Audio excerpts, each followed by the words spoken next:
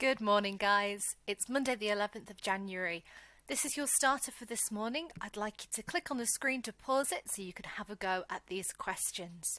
When you're ready, hit play to see the answers. Okay, here come the answers for you this morning. Make sure you've got your green and pink pencil ready to mark. Pause the screen so you can mark each of your questions. Don't worry too much if you got any wrong, but do make sure you ask for help if there's something you're getting wrong each week. Okie dokie, on to today's lesson. So, to begin with, I've got a question for you. I've got three objects in front of me. I've got a table, an exercise book, looks just like our maths books from school, and this really tiny seed. I want to measure these objects and I want to know what's best to measure them with. Which object should I measure in meters? Which object should I measure in centimeters? And which object should I measure in millimeters? Pause the screen and write down your answer. You can send it to me on Teams if you like. When you're ready, hit the play button again and I'll show you what the answer is. So, for our table here and for any object that's moderately large, like a table, a door, a sofa, lots of things that you have as furniture in your home, we would normally measure them with meters. This is for moderately large objects. For an exercise book, which is a little bit smaller, we would use centimeters. You'd also use centimeters to measure things like the width of your TV screen. And for really tiny objects like seeds or needles or points on a graph, we would use millimeters. Our focus today is going to be on equivalent lengths, and we're going to be focusing on millimeters, centimeters, and meters. Equivalent means equal, so we're looking at how many millimeters, centimeters, and meters we need to make equal lengths. To start with, do you know how many centimeters are in 1 meter? There are 100 centimeters in 1 meter. So how many centimeters would there be in 2 meters? There's 100 meters in 1 meter. Oh, sorry, not 100 meters. 100 centimeters in 1 meter. How many centimeters will there be in 2 meters? There will be 200 centimeters in 2 meters.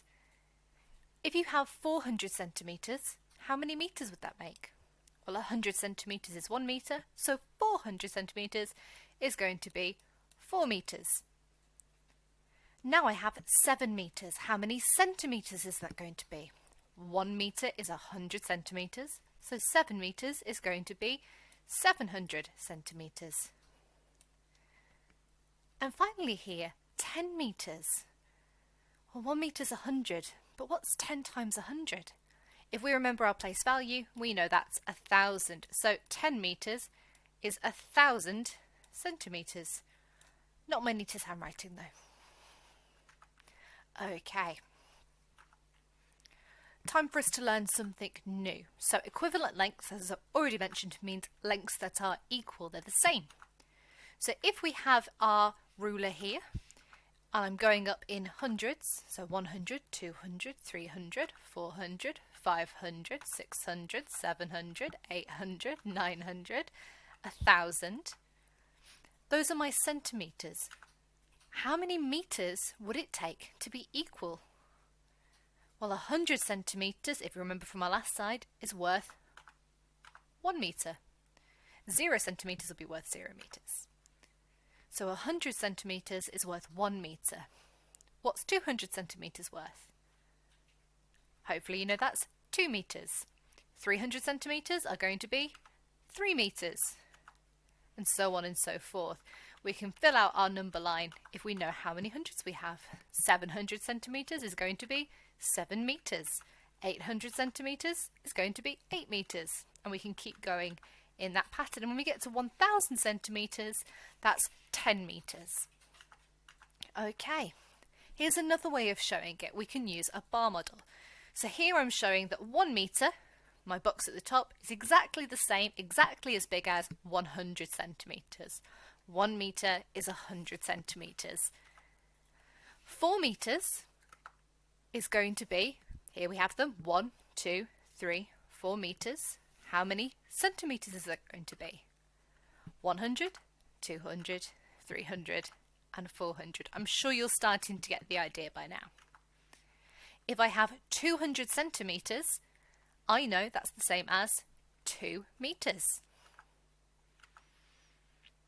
Here I've got some centimetres, but they're not just going up in hundreds anymore. We're no longer going 500, 600, 700. We're going up in tens. 500, 510, 520, 530, and so on. How do we turn these into metres? If metres line up with hundreds in centimetres, how do we turn these into metres? I'm going to show you. So we know that 500 centimetres is going to be 5 metres. 510 centimetres, that's going to be 500 centimetres and 10 centimetres put together. We know 500 centimetres is 5 metres, we just worked that out. So we can change that to 5 metres and 10 centimetres. For 520 centimetres, we'll do the same thing. We get 5 metres and 20 centimetres. For 530 centimetres, we'll have 5 metres and 30 centimetres, because that 5 metres is worth the 500 centimetres from our number, and we can carry on filling out that number line. If at any point I'm going too fast or you want to go back and check something, feel free to pause the video, go back and listen to it again. I'm aware that I can talk quite fast when I record. Do you know how many millimetres there are in 1 centimetre? There are 10 millimetres in 1 centimetre. And now that we know that, I wonder, could you help me fill in these questions?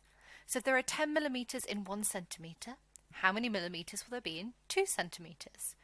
Well, if there's 10 to make 1, then to make 2, we need 2 tens. And 2 tens is 20. If I had 50 millimetres, that's 5 tens, I would have 5 centimetres. If I had 8 centimetres, then I would have 8 tens, 80 millimetres. Oh, that's not a very good 8 at all. Let's try that again. Much better. If we had 10 centimetres, I would need 10 tens. That's 100 millimetres. Okay. On this next slide, I have a ruler very similar to the ones you would have had in school. And you can see this ruler is going up in centimetres. It's got centimetres written over here as the unit of measurement. But between the centimetres, there are these smaller lines.